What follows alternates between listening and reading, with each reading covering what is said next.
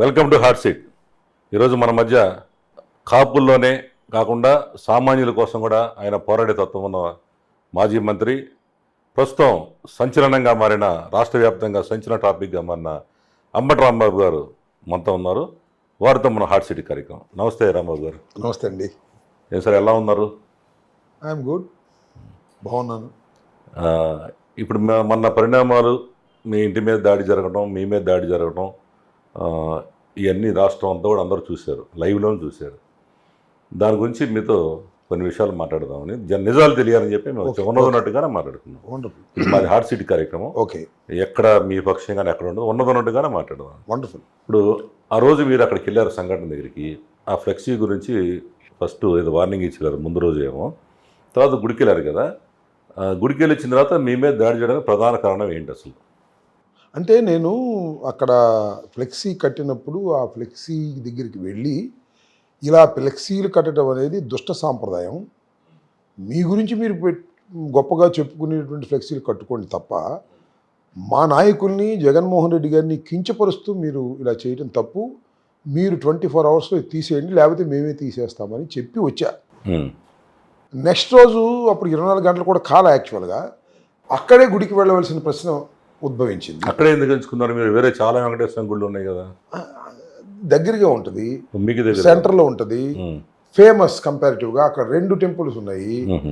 అని వెళ్ళినప్పుడు అక్కడ వెళ్ళడానికి నేను అనౌన్స్ చేసిన తర్వాత పోలీసు, ముఖ్యంగా వంశీ అనే అతను సిఐ నాకు ఫోన్ చేశాడు. ఏమండి ఫ్లెక్సీని వాడు చింపుతానికి వెళ్తున్నారా మీరని. అది అసలు ఆ ప్రశ్నే లేదయా, నేను గుడికి వెళ్ళి అక్కడ పూజ చేసి తిరిగి వస్తాను అని చెప్పాను నేను. బహుశా వాళ్ళు ఏమైనా మరి చించుతామని అనుకున్నారేమో, అనుకోవడానికి కూడా ఆస్కారం ఉండొచ్చు, తప్పలేదు. నేను గుడిలో పూజ చేసి కారు వేసుకొస్తుంటే అందరూ కర్రలు, రాడ్లు, ఇట్లాంటి ఆయుధాలు పెట్టుకుని ఆ ఫ్లెక్సీ దగ్గర నుంచున్నారు. సరే, నుంచున్నారు, ఒకవేళ చించితే మన మీదకి వస్తారు, లేకపోతే మన నెలనిస్తారు కదా అనేటువంటి ఉద్దేశంతో నేను మూవ్ అవుతున్నా. కారు కట్టం వచ్చారు. కారు కట్టం వచ్చి కారుని డబడబా కొడుతూ, బూతులు తిడుతూ, ఆ కర్రలు పెంచుకుని డబడబా దాని మీద కొడుతున్నారు. చాలాసేపు కాళ్ళు నీకోకుండా అడ్డం పడి ఈ ఘర్షణ జరుగుతున్న సందర్భంలో నేను బయటకు వచ్చి వాళ్ళు నన్ను తిడుతుంటే దానికి ప్రతిస్పందనగా నేను కూడా తిట్టా. ఇది జరిగినటువంటి సంఘటన.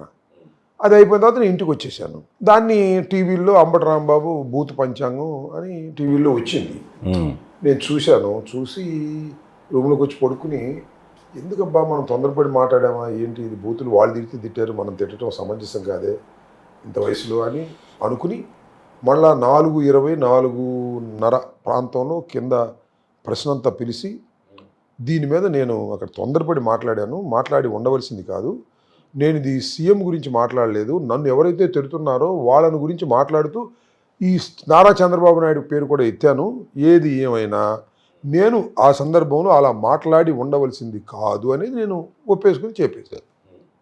తర్వాత ఈ దాడి, ఇది జరిగిన సంఘటన. ఇప్పుడు ఒకటే రాంబాబు గారు, మీరు ఆ రోజున గుడికి వెళ్ళి వచ్చేటప్పుడు వాళ్ళందరూ అంతమంది, వందలాది మంది మేము చూసాం వీడియోలో. ఆ రోజు అంటే వాళ్ళు ప్రీ ప్లాన్డ్గా వచ్చారా, లేదా అనుకోకుండా రాంబాబు దించుతున్నాడు రా తీరుద్దాం అడవుడు? ప్రీ ప్లాన్డ్గానే వచ్చారు. ప్రీ ప్లాన్గానే వచ్చారు. అక్కడే మీ మీద దాడి జరగలా?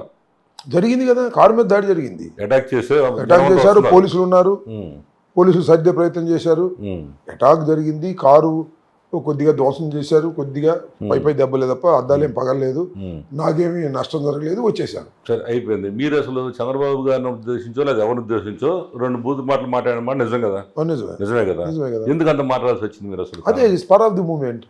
వాళ్ళు తిడుతున్నారు, నువ్వు నన్ను తిడుతున్నావు, ఎంతసేపు మళ్ళీ తిట్టకుండా ఉంటాను, ఇట్స్ ద రియాక్షన్. అంతే అంతే అంతే అంతే వాంటెడ్లీ సీఎం ఎట్లా మీరు ఎవరు? అదేమన్నా ప్రెస్ మీటా? కాదు కదా. అదే ప్రెస్ మీటో బహిరంగ సభ అయితే that is intentional, it is spontaneous, it is spur of the moment, అంతే. That's all. ఇప్పుడు అక్కడ ఆ రోజు వచ్చిన బ్యాచ్కి ఎవరు నాయకత్వం వహించారు అసలు? ఎందుకు ఆ టీం ఎవరేంటో? ఎవరు నాయకత్వం వహించారు? అందరూ తెలిసిన వాళ్ళే. అంటే తెలిసిన పరిచయం లేకపోవచ్చు, అందరూ తెలుగుదేశంలో చేరపరిచితులే. తర్వాత మీరు ఇక్కడ ఇంటికి వచ్చిన తర్వాత అక్కడ ఇష్యూ జరిగింది కదా, పోలీసులు మళ్ళీ మీ మీద అటాక్ చేస్తారని ముందుగా మీరు రక్షణ అలాంటివి కల్పించలేదా పోలీసు? ఇక్కడ మీ అక్కడ మీరు అటాక్ చేశారు ఫస్ట్, మీరు తిట్టిన మాట నిజం అయిపోయింది, మీరు ఇంటికి వచ్చారు. ఈ మధ్యలో మళ్ళీ వాళ్ళంతమంది వేలాది మందిని తరలిస్తున్నారు కదా ఇక్కడికి, వందలాది మంది వస్తున్నారు. నాకేం తెలుసు? వాళ్ళు వచ్చే మూమెంట్లో పోలీసు వాళ్ళు మీకు రక్షణగా ఎవరు లేరు ఇంటి దగ్గర. అప్పుడు ఎవరు లేరు. ఆ, మధ్యలో ఈ వంశీ అనే అతను టకటక వచ్చాడు ఒకసారి, ఉమ్, వచ్చి లోపలికి వచ్చాడు, ఉమ్, నన్ను అరెస్ట్ చేయాలనేటువంటి పద్ధతిలో వచ్చాడు. ఆహా, మళ్ళా నేను లోపల పడుకున్నాను.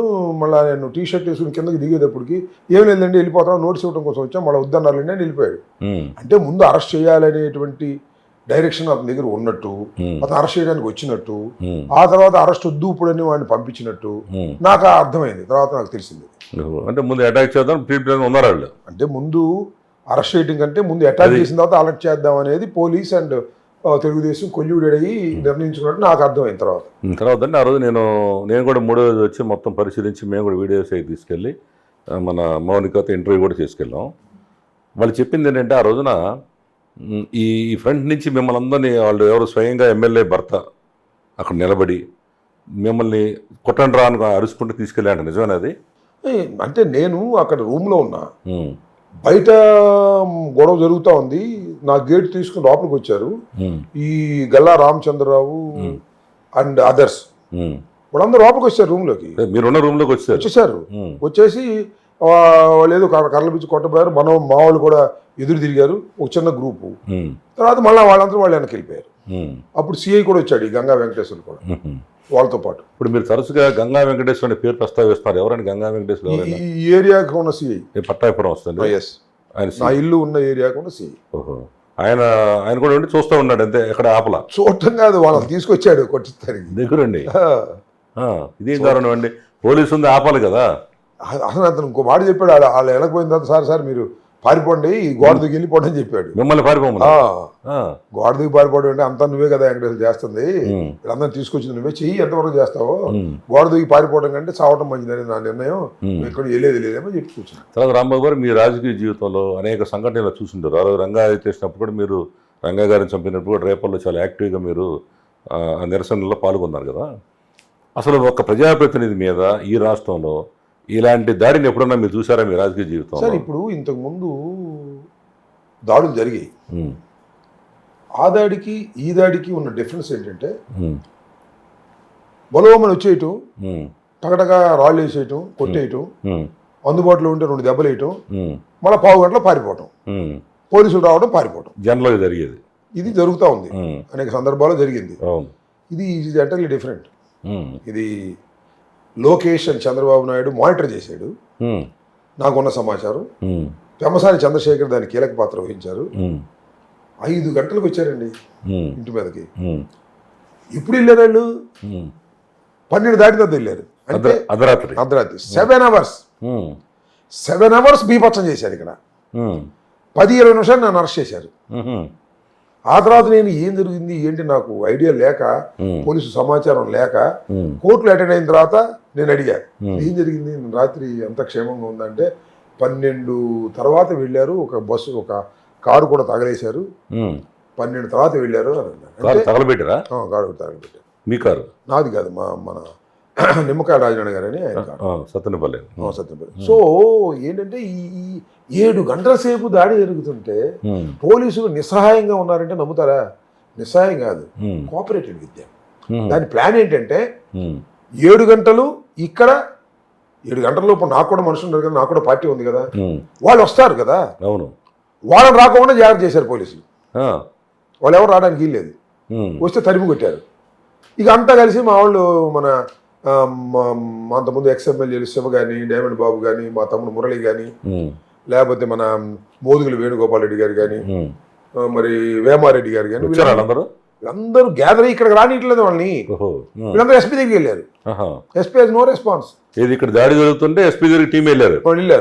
వెళ్తే ఎస్పీ ఇవ్వలేదు, ఎస్పీ ఫోన్ ఎత్తలేదు, డిఐజీ ఫోన్ ఎత్తడు, డీజీపీ ఫోన్ ఎత్తడు, ఎవరు ఎత్తడు. అంటే ఇది ప్లాన్. ఇప్పుడు దీన్ని బట్టి రామబాబు నాకు అర్థం అవుతుంది ఏంటంటే, వంగవీటి మోహన్ గారు చనిపోయినప్పుడు మేము ఇప్పుడు డిగ్రీ ఫైనల్ ఇయర్లో ఉన్నాం. ఆ రోజు చెబుతుంటే మనకు అర్థం కాదు, మేము చూడలేప్పుడు పోలీసులే దగ్గరుండి చేయించారు ఈ హత్య అని అందరూ అంటే నిజంగా జరుగుద్దా అనుకున్నాం. ఇప్పుడు దీన్ని బట్టి నిజమే అనుకోవాల్సి వస్తుందిగా. 100% నిజం, దీన్ని బట్టి అనుకోవసలా. అప్పుడు అందరికీ తెలిసిన సత్యమే కదా. వంగవీటి మోహన్ రంగారావు గారు టెంట్లో నిరాహార దీక్ష చేస్తుంటే పోలీసులు ఆ రాత్రి 3-4 సార్లు వచ్చి ఆ ప్రాంతాన్నంతా కూడా చెక్ చేసి వెళుతూ వచ్చారు. కారణం ఏంటి, దాడి వాళ్ళ జరుగుతుంది కాబట్టి వంగవీటి మోహన్ రంగారావు గారిని చంపుతారు కాబట్టి ఉమ్, అటాక్ చేయకోకుండా ఆయన మనుషుల్ని ఇక్కడ ఆయుధాలు ఏమీ లేకోకుండా ఉమ్. క్లియరెన్స్ తీసుకున్నారు. ఓహో. క్లియరెన్స్ తీసుకుని ఆయన మీద అటాక్ చేశారు. అంటే ఎవరైతే అటాక్ చేయబోతున్నారో వాళ్ళకి కాన్ఫిడెన్స్ ఇచ్చే విధంగా చేశారు. ఉమ్. ఇక్కడ చంపలేదు కానీ సేమ్ అదే అటాక్ గురించి చెప్తున్నా నేను. ఇప్పుడు ఎవరైతే ఇది కాదండి పిక్చర్స్ ఏంటంటే పొన్నూరు వాళ్ళు వస్తారు కార్లు వేసుకుని, ఆ, వాళ్ళు కాసేపు గొడవ చేసి గందరగోళం చేసి జెండాలు పట్టుకుని బొమ్మలు తగిలేసి రాళ్ళు వేసి ఉమ్, పొన్నూరు వాళ్ళ పని అయిపోతే వాళ్ళకి కలిపి వెళ్ళిపోతారు. ఉమ్, పెదకూరుపాడు నుంచి వస్తారు, ఆ, మళ్ళా కారులోను ఆటోల్లోను బస్సుల్లోనూ వస్తారు. ఆహా, వాళ్ళు గంట సేపు చేస్తారు, వాళ్ళు కలిపోయిన తర్వాత మళ్ళీ సత్యనపల్లి వాళ్ళు వస్తారు. ఒరే, ఆ, ఇట్లా వంతుల వారీగా 7 గంటలు నడిపారు. ఉహు, నిరంతరం జనం ఇక్కడ ఉమ్, భాష్యం స్కూల్ నుంచి స్టూడెంట్స్ పిలుస్తారు. ఉమ్, వాళ్ళు వచ్చి డౌన్ డౌన్ అంటారు, గందరగోళం చేస్తారు, బొమ్మలు తగలేస్తారు, మళ్ళీ గడ్డలు వేస్తారు, మళ్ళీ పొరుగులు తీసుకొచ్చి కొడతారు. ఉమ్, అంతా it is 100% it is a pre plan with the collusion of the police. Everybody knows it. అర్థమైపోద్ది అసలు విషయం. నేనేదో పొలిటికల్ ఆరోపణ చేస్తున్నాను అనుకోవద్దు. తెలుసు. రక్షించవలసిన వాడే ఉమ్, దుండగులతో ఏకమైపోయాడు సంఘటన ఇది. ఉమ్. ఇప్పుడు దీని మీద మీరు స్పాట్లో ఇవన్నీ చూస్తూ ఉన్నారు కదా, అంటే మీరు రూమ్లో ఉన్నట్టున్నారు. సరే, మీ మీద దాడి, మీరు పొలిటీషియన్ మీరు ఏదో అన్నారు, అది పక్కన పెట్టండి. ఇంటి మీద దాడి చేయడానికి కారణం అసలు ఇంట్లో ఆడపిల్లలు ఉన్నారు, లేడీస్.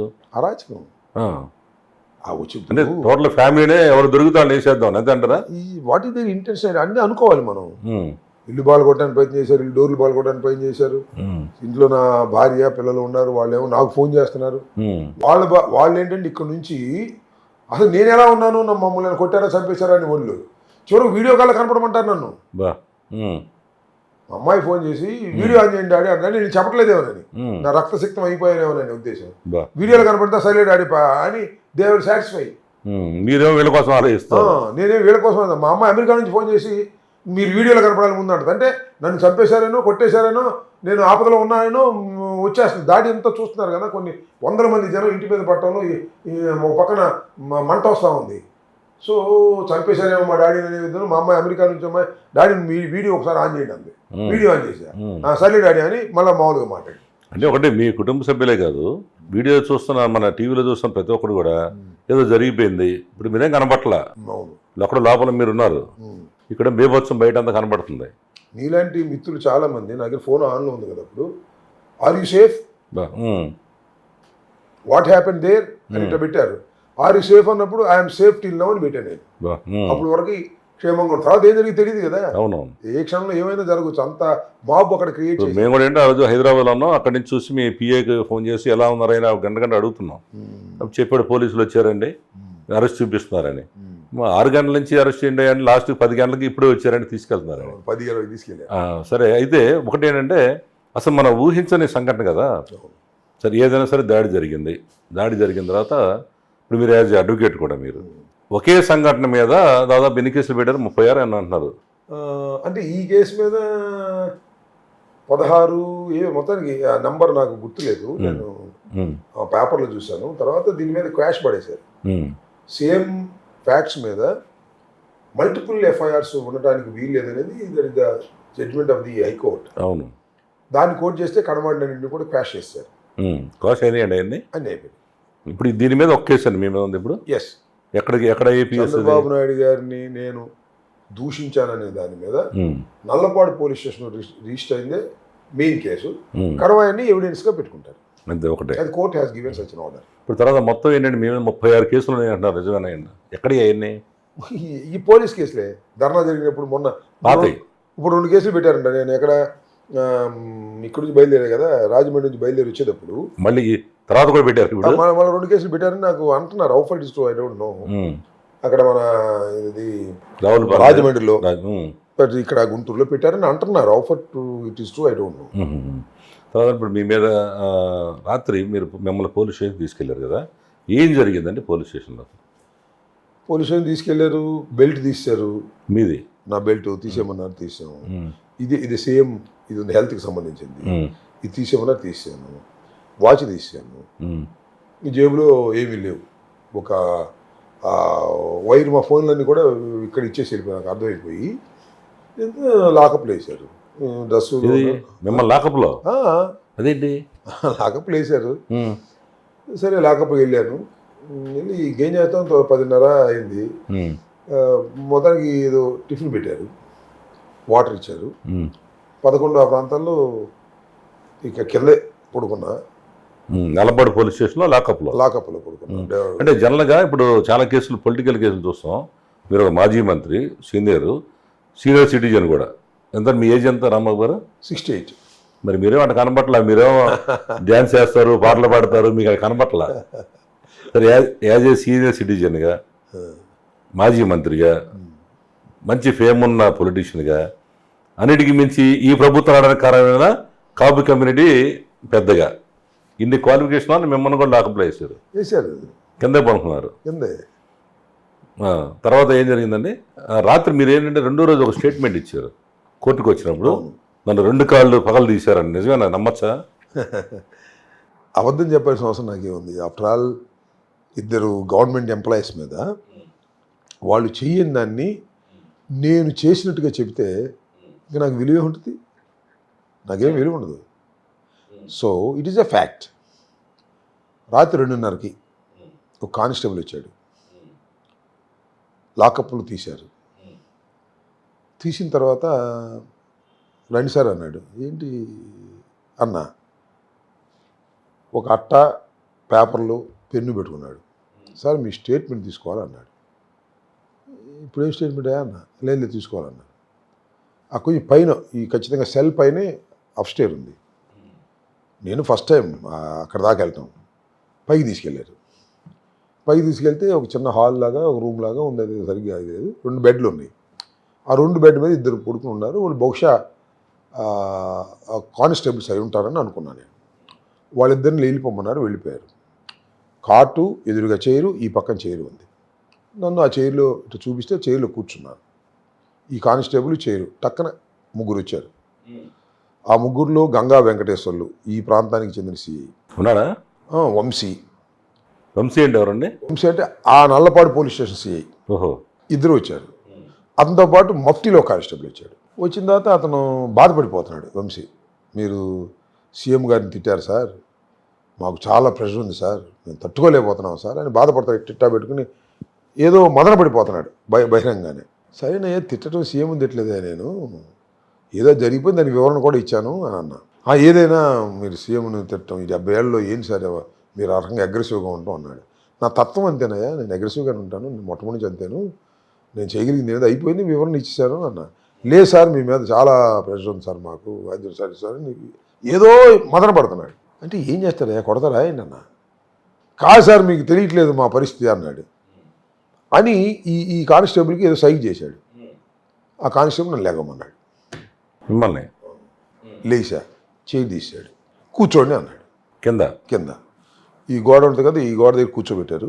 కూర్చోబెట్టి బాగా నడుము గోడకేసి ఆనుకోండి సార్ అని ఆడుకున్న తర్వాత ఈ 2 కాళ్ళు పట్టుకుని ఇద్దరు కానిస్టేబుల్స్ కాళ్ళతో బూట్ ఇక్కడ పెట్టి నడుపుతున్నారు.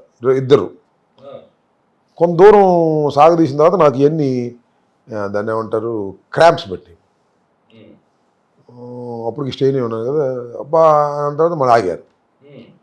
ఆగి మళ్ళీ లేచి నుంచోబెట్టి అటు నడిపించారు. మళ్ళా కూర్చోమన్నారు. కూర్చోబెట్టిన తర్వాత నాకు ఈ లోపల నాకు కొద్దిగా బాధ, కోపము వచ్చింది.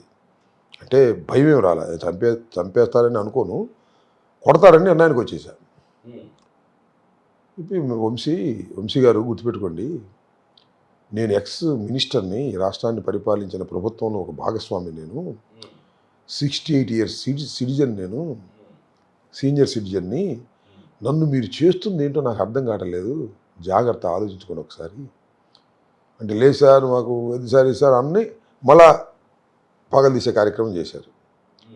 కొందరు ఎంత మరి నా మాటల ప్రభావం అనండి, లేకపోతే వాళ్ళకి ఇదేదో చాలా సీరియస్ అవుద్ది అనుకోనండి, ఈ లోపల ఏదో ఒక మెసేజ్ తీసుకున్నాడు. ఈ మెసేజ్ వల్ల నుండి ది డ్రాప్ దట్ ప్రపోజల్. మళ్ళీ నన్ను పైకి లేపి అటు దూరం నడిపించి మళ్ళా బ్లాకప్లు ఏమని చెప్పాడు. ఇతను గంగా వెంకటేశ్వర మాట్లాడుకుని నన్ను తీసుకెళ్ళి లాకప్లు వేయమన్నారు. లాకప్లు వేశారు. ఇది జరిగింది. They tried. వాళ్ళ ఫేసులు చూస్తే వాళ్ళకి ఇష్టంగా లేదు. ఎవరో సంబడీ ఈజ్ ఫోర్సింగ్. ఆ ఎవరో మనకు తెలియదు. ఎవరైనా అనుకోవచ్చు, నేను చంద్రబాబు అనుకోవచ్చు, లోకేష్ అనుకోవచ్చు, పెమ్మసాని అనుకోవచ్చు. ఈ ముగ్గురే అంత ప్రభావితం చూపగలరు తప్ప ఎవరో చోటా మోటా నాయకుడు చెప్తే వీడు చేయరు. ఇప్పుడు జనరల్గా ఇలాంటి జరిగినప్పుడు ఆరోపణలు ఏమొస్తాయంటే అప్పుడు రఘురామకృష్ణరాజు కూడా చెప్పాడు, ఇటు చేసిన వీడియో కాల్ చూశాడు అతను సునీల్ కుమార్ అని. అట్లా మీ మీద కూడా ఏమైనా వీడియోలు తీయటం లేదా జరిగిందా, వీడియో కాల్ చేయటం కానీ? నేను అబ్జర్వ్ చేయలేదు, అది జరగడానికి అవకాశం లేదు అక్కడ. సో ఏదైనా కానీ ఇది నిజమే నమ్మొచ్చు మీరు మన నేను ఒక్కటే చెప్తున్నా, నమ్మిన వాళ్ళు నమ్ముతారు, నమ్మని వాళ్ళు నమ్మరు. నేను అసత్యాలు చెప్పడానికి సిద్ధంగా లేను. నేను ఇద్దరు సీఏల మీద అసత్యాలు చెప్పడం వల్ల నాకు ఒరిగేది లేదు. అక్కడ నాకు తెలిసి అక్కడ కెమెరా ఉంది, దాని ఎదురుగా కెమెరా ఉంది. ఈ కెమెరాలు ఆ రోజువి నిజంగా పనిచేస్తుంది అని వాళ్ళు ఒప్పుకుంటే వాళ్ళు సిన్సియారిటీ బయటపడింది. ఇది నేను I will go to the court also. ఇప్పుడు ఈ విషయం మీరు మేజిస్ట్రేట్ ముందు చెప్పారు కదా? చెప్పాను. మరి దాని మేజిస్ట్రేట్ ఏం యాక్షన్ తీసుకున్నారండి? ఆ యాక్షన్ తీసుకోవడానికి ఏం లేదు, స్టేట్మెంట్ ఈజ్ రికార్డెడ్. రికార్డ్. నాకు గాయాలుంటే నన్ను హాస్పిటల్కి పంపేది, గాయాలు లేవు కాబట్టి she has recorded the message. Magistrate గారు ఏమన్నారంటే, ఆ మ్యాజిస్ట్రేట్ గారు ఈ మహిళా మ్యాజిస్ట్రేటు, మీరు ఏమి చెప్తారో అవే వర్డ్స్ రాస్తాను చెప్పండి అని అంది. నేను ఏం చెప్తే అది రాసింది. దాన్ని నేను ఇప్పుడు అఫీషియల్ కాపీ కూడా తీసుకుంటాను. డెఫినెట్గా దీన్ని క్వశ్చన్ చేస్తాను. డెఫినెట్గా వాళ్ళిద్దరి మీద చట్టపరమైన యాక్షన్ తీసుకునేదానికి ప్రయత్నం చేస్తాను. నేను కూడా చేయకపోతే ఇంకెందుకు? అంతే కదా మరి. ఇప్పుడు ఒక మాజీ మంత్రి మిలాన్ రెడ్డి చేస్తే సామాజిక పరిస్థితి ఆ మధ్యన నేరస్తులను రోడ్డు మీద నడిపించారు. That is also against the law. This also against the law. వాళ్ళు విన్న కేసుల్లో ఉన్న నేరస్తులు కాబట్టి వాళ్ళు భయపడి కోర్టుకి వెళ్ళకపోవచ్చు. నేను కూడా వెళ్ళకపోతే ఏమైపోతుంది సమాజం? డెఫినెట్గా దానివల్ల నేనేమీ పెద్ద గాయపడలేదు, ఫిజికల్గా పెద్దగా ఇబ్బంది పడకపోయినా లాకప్లో ఉన్నటువంటి వ్యక్తి మీద ఏ విధమైనటువంటి దుష్ప్రవర్తన పోలీస్ అధికారులు చేయటానికి వీల్లేదనేది భారత రాజ్యాంగం చెబుతున్నటువంటి అంశం. కోర్టులు చూసుకుంటే నాకు శిక్ష చేయాల్సింది. అంతే కదా. Who are they? చంద్రబాబు చెబుతాను, లోకేష్ చెబుతాను, పెమ్మసాని చంద్రశేఖర్ చెప్తాను, నా కాళ్ళు బగలు తీసి నా కాళ్ళు అరికాళ్ళలో కొడతారా? ఆ తర్వాత దానిలో కానిస్టేబుల్ ఏమన్నాయంటే, ఇవన్నీ వస్తాయి తర్వాత, రాంబాబు గారు ఎవ్వరికి ఇష్టం లేదండి మా ఎవరికి మిమ్మల్ని కొట్టడం, కానీ ప్రెషర్ ఉంది సార్ పైన, హంటర్ కూడా తెప్పించారు, లాఠీలు కూడా తెప్పించారు సార్, కానీ మాకు ఎవరికి ఇష్టం లేదు సార్, అందువల్ల మేము మానుకుంటున్నాం సార్ అని చెప్పాడు నాకు. అది చాలా తప్పుగా అండి. ఇప్పుడు ఎగనెస్ట్ లా పోలీసులు అట్లా పనిచేస్తే వాళ్ళు కూడా జైలుకి పోవాల్సిందిగా మీరు గట్టిగా యాక్షన్ డెఫినెట్గా ఏంటి వాళ్ళిద్దరి మీద గట్టిగా యాక్షన్ తీసుకోవాలి. 100% ఇది జగన్మోహన్ రెడ్డి గారికి కూడా నేను చెప్పాను. దాన్ని లీగల్గా కూడా ఎంతవరకు వెళ్ళాలో అంతవరకు వెళ్ళమని కూడా ఆయన ఆదేశించాడు. మా లీగల్ టీము కూడా చెప్పాడు. ఎట్లా ప్రూవ్ చేస్తారు మీరు దీన్ని? ప్రూవ్ చేయడం అంటే రకరకాల, ఇప్పుడు ఆ సీసీ కెమెరా ఉన్నాయి కదా, పని చేయలేదంటారు ఆ రోజు. పని చేయకపోతే ప్రూవ్ అయినట్టే. పని చేస్తారో నిజం బయటకు వస్తుంది. నేను పని చేయలేదు, రెండే ఆప్షన్స్. వాళ్ళు కోర్టులో ఆ రోజున సీసీ కెమెరాలు పని చేయలేదు అన్నారు అనుకో, ఎత్తేసినట్టే కేసు, అర్థమైపోయినట్టే. దాని రుజువు కాకపోయినా మోడల్గా తెలిసిపోతుంది కదా. సీసీ కెమెరాలు అక్కడ ఉంటే, అవి మూవ్ అయితే, అవి పని చేస్తే 2.5 గంటలకు నన్ను అక్కడ నుంచి బయటకు తీసినట్టు ఉంటుంది. అవుట్, కేసు రిజర్వ్ అయిపోయింది. బయటకు ఎందుకు తీయాలి 2.5 గంటలకి? అందులో ఎందుకు తీశారు? లేదు, సీసీ కెమెరాలు పని చేయట్లేదు అంటే ఎస్కేప్ అయినట్టే. అది కోర్టులో మనం నిరూపించకపోయినా మీ వంటి వ్యక్తులకు అర్థమైపోతుంది కదా, న్యూట్రల్గా ఉండే వ్యక్తులకి అర్థమైపోతుంది కదా. అవును, ఎందుకంటే మీరు చెప్తేనే చాలామంది ఆశ్చర్యం ఏంటంటే, ఆయన ఆర్డినరీ పర్సన్ కాదు కదా, ఏంటి అట్లా చెప్తాడు రాంబాబు గారు, నిజంగా కొట్టాడంటారా, ఈయన కావాలని చెబుతున్నాడు అని చాలామంది అనడం జరిగింది. దానికోసం మిమ్మల్ని అనుకోవచ్చు. నాకు జక్కంపూడి రాజా నన్ను పలకరించడానికి వచ్చినప్పుడు కూడా, అంకుల్ మీరు చెప్పింది నిజమేనా అన్నాడు.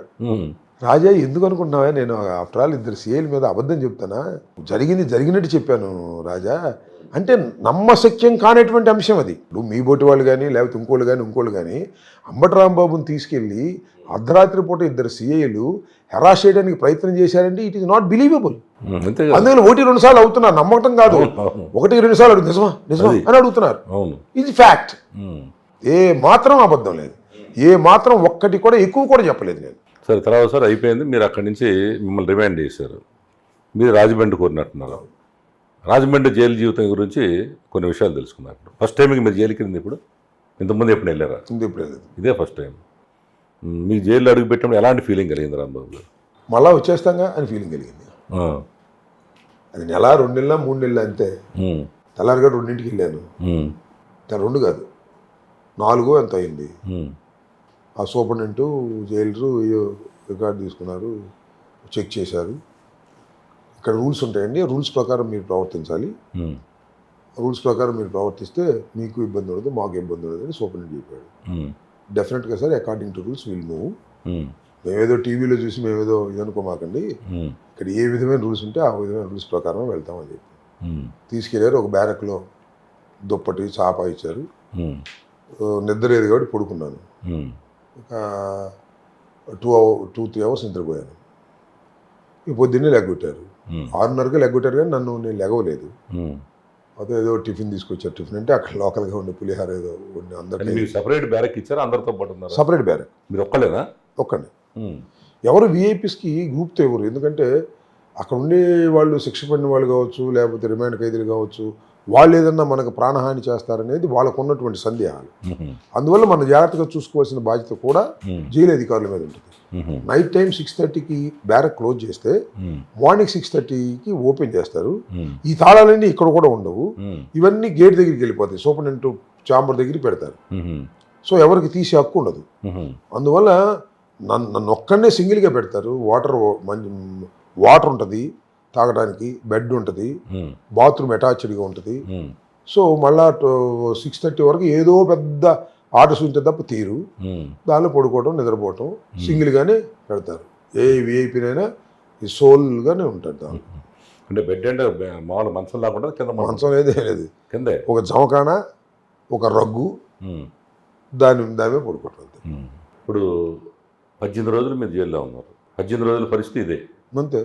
అంటే కొంతమంది ఏమన్నారంటే కోర్టులో వేస్తున్నారండి, ఇంటి దగ్గర నుంచి క్యారేజీ, తర్వాత వేశారు. నేను ఇది తినలేకపోతున్నాను, కోర్టులో ఏమన్నా చూపంటే కోర్టు వారు ఏం చెప్పారంటే అకార్డింగ్ టు యువర్ రూల్స్ మీరు ప్రొవైడ్ చేయను అన్నారు. ఉమ్, ఇప్పుడు జరుగుతుంది అకార్డింగ్ టు రూల్స్, అంతవల్ల ఏమీ లేదన్నారు వాళ్ళు. ఆ, ఇలా బెయిల్ వచ్చేసింది. ఉమ్, స్పెసిఫిక్గా కోర్టులో ఆర్డర్స్ ఏ విధంగా పొందాలని నాకు అర్థమైందంటే, ఉమ్, అంబటి రాంబాబు గారు ఎక్స్ మినిస్టరు, ఆయన ఇంతకుముందు మంచి పొజిషన్స్ చేశాడు, ఉమ్, ఓ ధనవంతుడు, ఉమ్, ఆయన ట్యాక్స్ పేయరు, ఉమ్, ఓ 78 సంవత్సరాల సీనియర్ సిటిజను, ఉమ్, బీపీ ఉంది, షుగర్ ఉంది, కాబట్టి ఆయనకి జైలు ఫుడ్ కన్నా కూడా ఇంటికాడ నుంచి ఫుడ్ అలౌ చేయండి అని వాళ్ళు అడిగితే కోర్టు వారు అంగీకరిస్తే అప్పుడు మన క్యారేజ్ వస్తుంది. ఉమ్, ఆ ప్రాసెస్ లాగా జరగల. ఒక కేసులో పెట్టడం, మళ్ళీ ఇంకో కేసులో పెట్టడం, ఇట్లా జరిగిపోతూ వచ్చింది. అదే ఒక కేసులో రాగానే బెయిల్ వచ్చినా హ్యాపీ ఫీల్ అవుతున్నారు ఇంటికి వెళ్తున్నాం. మళ్ళీ ఇంకోటి పెడతాం. హీరో మళ్ళీ కూడా మొత్తం ఎన్నిసార్లు ఇచ్చారండి మధ్యలో అట్లా కోర్టుకి బయటికి రావడం, మళ్ళీ లోపలికి వెళ్ళడం ఎన్నిసార్లు జరిగింది? 2 సార్లు.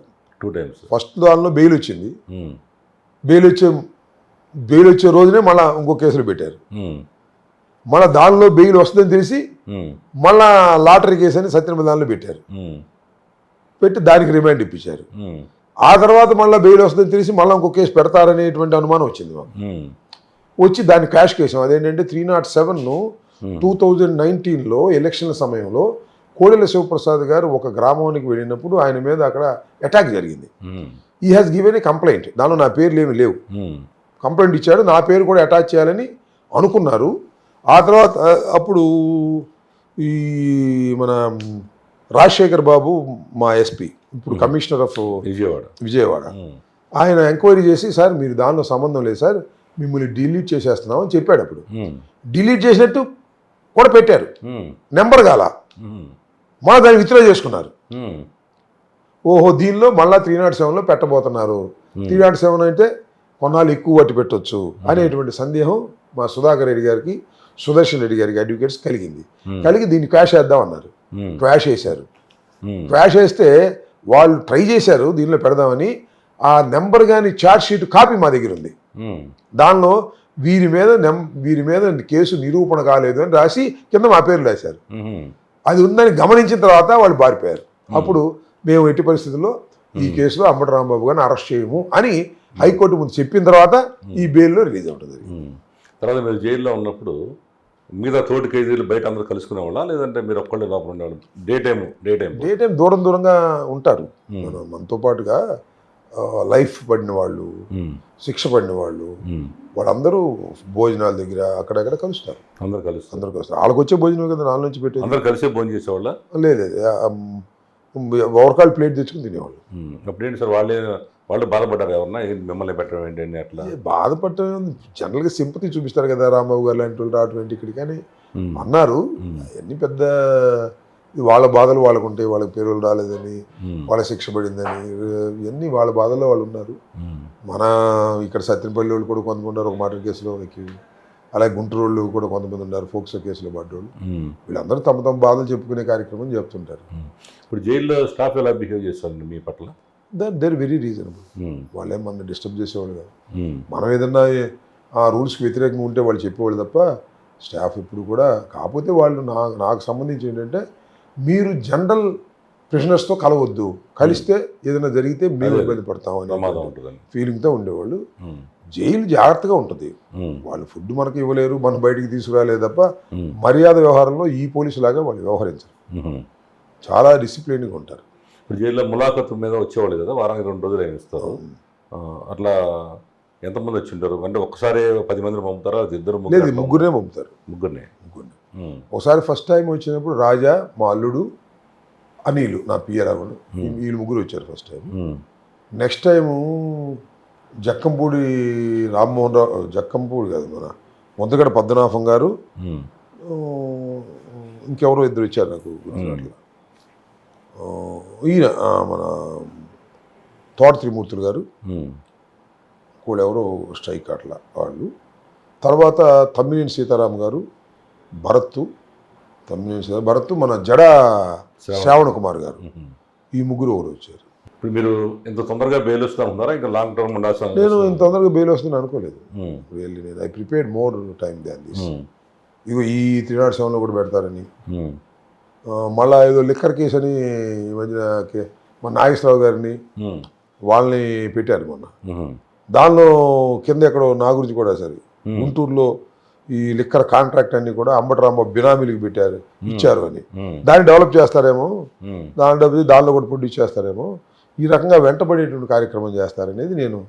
వాళ్ళ నేచర్ అట్టా ఉంది కదా, అంత 1-2 కేసులు చేస్తే ఇట్ మే టేక్ 3 months వచ్చామని నేను అనుకుంటాను. సరే రాంబాబు గారు, ముఖ్యమైన క్వశ్చన్ ఏంటంటే, మీరు అక్కడి నుంచి కోర్టుకు వచ్చినప్పుడు అక్కడ ఇలా పెట్టి తగ్గేదే లేదు అన్నారు. దీనికి ఎందుకు కారణం? రెచ్చగొట్టడానికి లేదా ఏంటి అసలు? అనాలేండి అన్న, ఎందుకు? కేసు మీద కేసు పెట్టి ఉమ్, నన్ను హింసించాలనుకున్నా, ఉమ్, మానసికంగా నన్ను అధైర్యపరచాలనుకున్నా, ఉమ్, అధైర్యపడను అని చెప్పేదానికి చెప్పారు.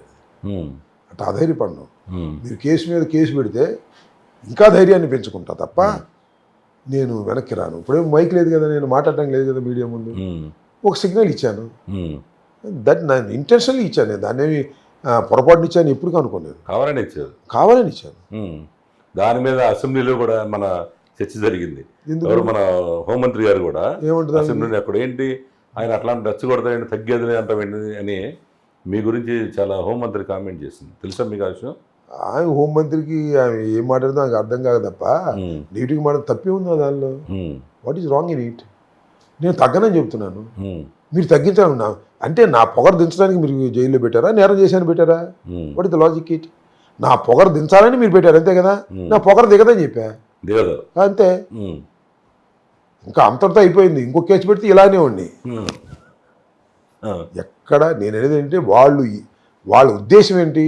అంబటి రాంబాబు అనేవాడిని జైల్లో పెట్టి లేకపోతే కొట్టి హింసిస్తే ఉమ్, వాడు భయపడిపోతాడు అని కదా వాళ్ళ ఉద్దేశం. ఉమ్, నేను దానికి చెప్పదలుచుకుంది ఏంటంటే ఉమ్, మీరు ఎన్ని కేసులు పెట్టినా ఉమ్, మీరు కొట్టడానికి ప్రయత్నం చేసినా ఉమ్, వీడు భయపడడు అని చెప్పడం నా ఉద్దేశం.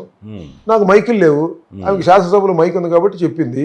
ఉమ్, నాకు మైకులు లేవు, అడిగేవాళ్ళు లేడు, చెప్పేవాళ్ళు లేడు, ఉమ్, లేదా మీరు నెంబర్ 1 ఛానల్ వచ్చి నాతో ఇంటర్వ్యూ తీసుకునే అవకాశం లేదు కాబట్టి ఐ సెండ్ ఏ సిగ్నల్. ఉమ్, అది ఆమె మాట్లాడిన దానికన్నా రోజు వార్తలు చెప్పేదానికన్నా అద్భుతంగా వైరల్ అయిందా లేదా? అయింది. నాకు తెలుసు అది. ఉమ్. ఆ వైరల్ కావడం కోసం చెప్పాను, దానిలో తప్పే ఉంది.